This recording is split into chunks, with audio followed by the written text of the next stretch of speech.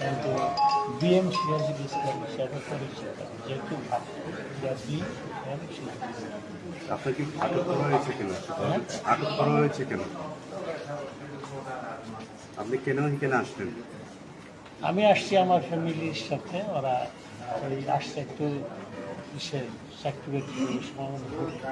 আমি বলছি আমিও তোমাদের সাথে যাই।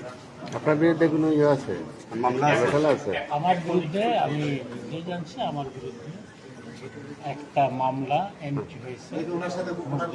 না ওনাদের কথা নিয়ে এত দরকার নেই। পরে আমাদের উনি মামলার আসামি, এটা ব্যাপারে একদম সেই ইয়ের বৈষম্য বিরোধী ছাত্র আন্দোলনে ছাত্রদের উপর যে হামলা একেবারে সরাসরি নেতৃত্বে দিয়েছেন মুগদা এলাকায়, সে মামলার কিন্তু উনি এজাহারভুক্ত আসামি। উনি আজকে আমাদের কাছে ইনফরমেশন ছিল উনি আজকে রাত্রে এই মৌলভীবাজারের সীমান্ত দিয়ে ইন্ডিয়াতে চলে যাবেন আর কি। সেই তথ্যের উপরে নির্ভর করে আমরা কিন্তু এখানে আসছি এবং আমাদের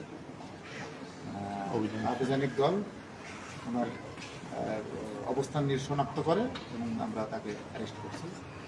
এখন আমাদের থানায় থাকবেন, পরে আমরা সংশ্লিষ্ট থানায় তাকে হস্তান্তর করবো। উনি ওনাকে একা আটক করেছেন না ওনার সাথে আরো কেউ আছে? উনি যেহেতু মামলার উনি স্পেসিফিক এজাহারভুক্ত আসামি, সেজন্য ওনাকে আটক করছি। এর সঙ্গে অন্য কোনো কাউকে আমরা আর অন্য কোনো আসামি বা অন্য কোনো অভিযুক্ত আমরা পাইনি। অভিযানে কি পেয়েছেন? অভিযানে তার ব্যবহার যে এমনি অস্বাভাবিক কোনো কিছু পাওয়া যায়নি অভিযানে। Thank you.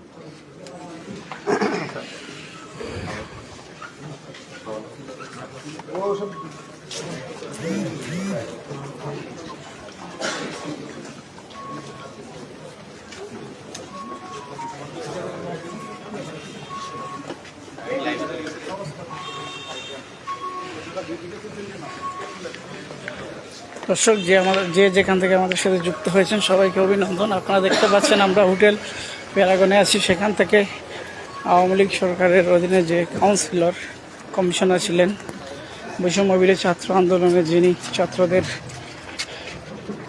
বিরুদ্ধে অবস্থান নিয়েছিলেন, ওনাকে আটক করা হয়েছে।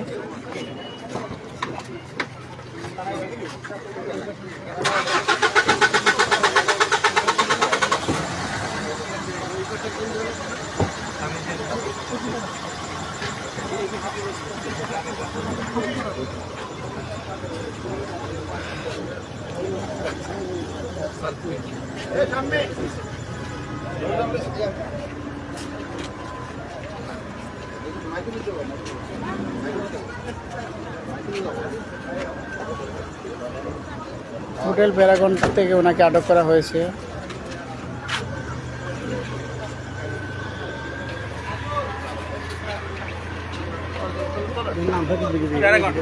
প্যারাগন